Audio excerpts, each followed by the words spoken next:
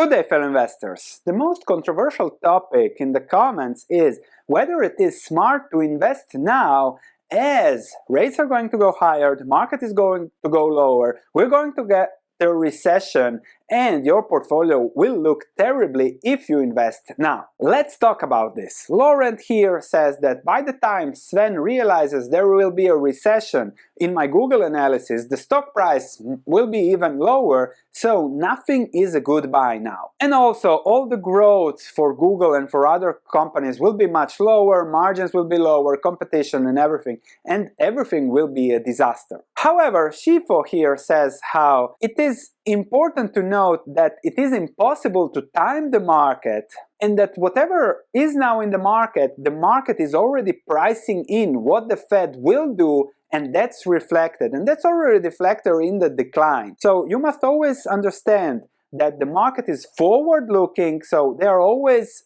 assuming, assessing what will happen, and then pricing that in. So the recession yes or not, is already priced. If it happens, okay, it will go down, of course, lower, it won't stay stable, but depends also on the reaction, so it can go both ways, up or down. To summarize, Christos says, Google is a great company, but not the right time to invest in any business now, because we have to wait for some months for the market to go lower, and that's the predominant mantra, and therefore, of course, the market has been going lower. But now let me ask you this question. This is one of the most important charts you have to keep in mind whenever it comes to investing and what you do. This is the 20-year annualized returns by asset class by JP Morgan. This is the average investor, 3.6% long term. This is the S&P 500. Do you see a difference here? That's a huge difference. That's 6% per year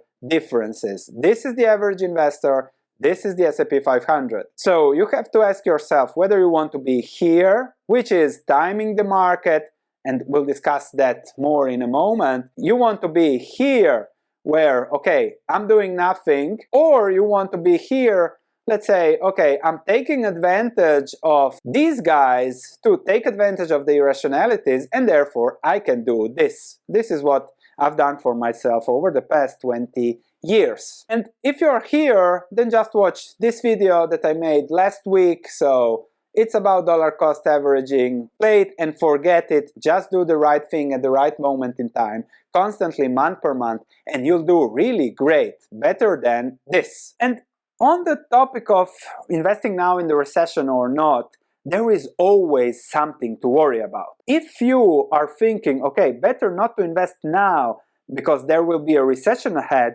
the same theory and thesis has been holding since 2009 November. If we go to 2009 here, let's say November, from here there was supposed to be a new recession as soon as the Fed starts tightening, as soon as everything, as soon as this, as soon as that. Here we had to have a recession.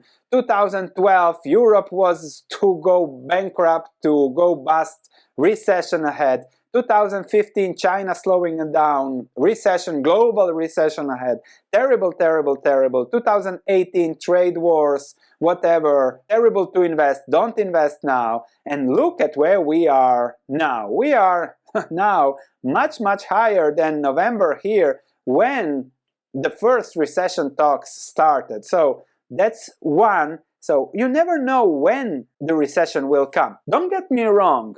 All these recession timers will be right at some point in time. Usually, as we have seen in the chart, once out of 7 times. And that time they will look extremely smart.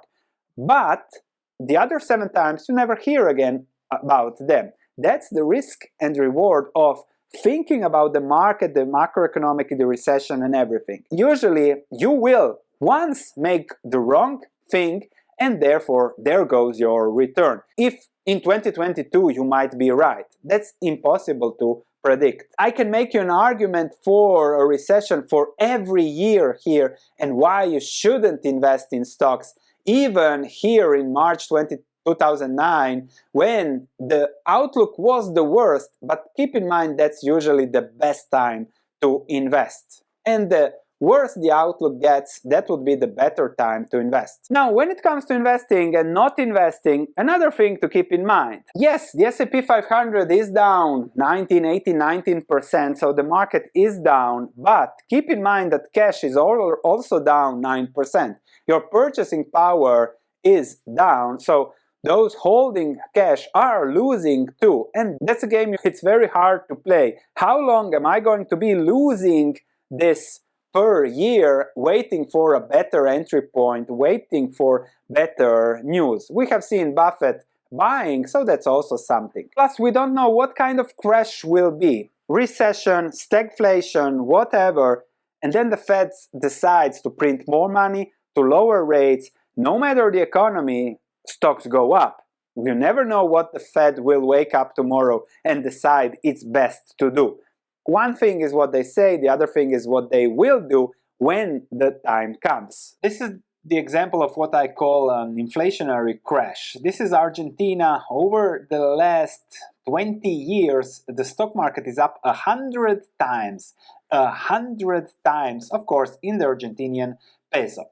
However, if the Fed decides to sacrifice the dollar to cover for the debt, for everything, and the foreign capital inflows are not that high, are not growing into the US to keep the dollar strong, there you might see a weaker dollar and stocks actually going up despite crashing in a recession. So last times we had some issues. Look at the balance sheet of the Fed, 4 times up.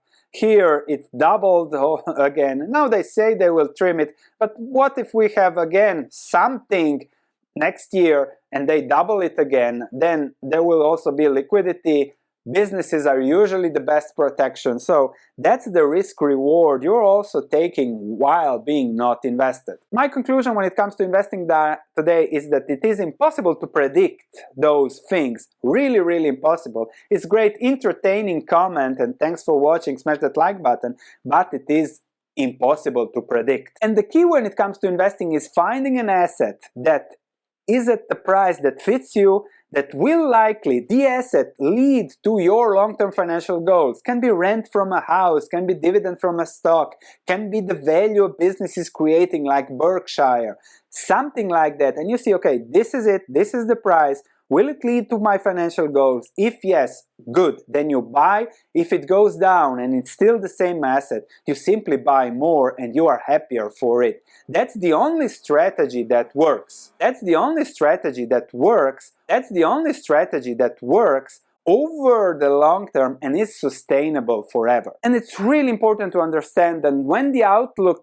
looks the worst, that's the best buy. So the worst is the outlook, the best will be the buys. I reiterate myself and I say that the S&P 500 now is a much better buy than it was here. Even if the outlook here was much better, it's simply lower and it is a better price. So when it comes to investing, the strategy that maximizes long-term returns, wealth accumulation, compounding is one where you are always fully invested if you find the right asset to invest in. Focusing on macro news, this or that, makes good entertaining, but it shifts your focus from finding that asset that fits you. That's the most important message I can give you now if you are asking yourself whether it is smart to invest now with a recession or not. It's not about the market, it's not about the economy, it's about the vehicle you can invest in that will lead you to your financial goals. Once you get that, you are on the right path to wealth accumulation and long-term compounding. Compound that like button for this video if you agree with me.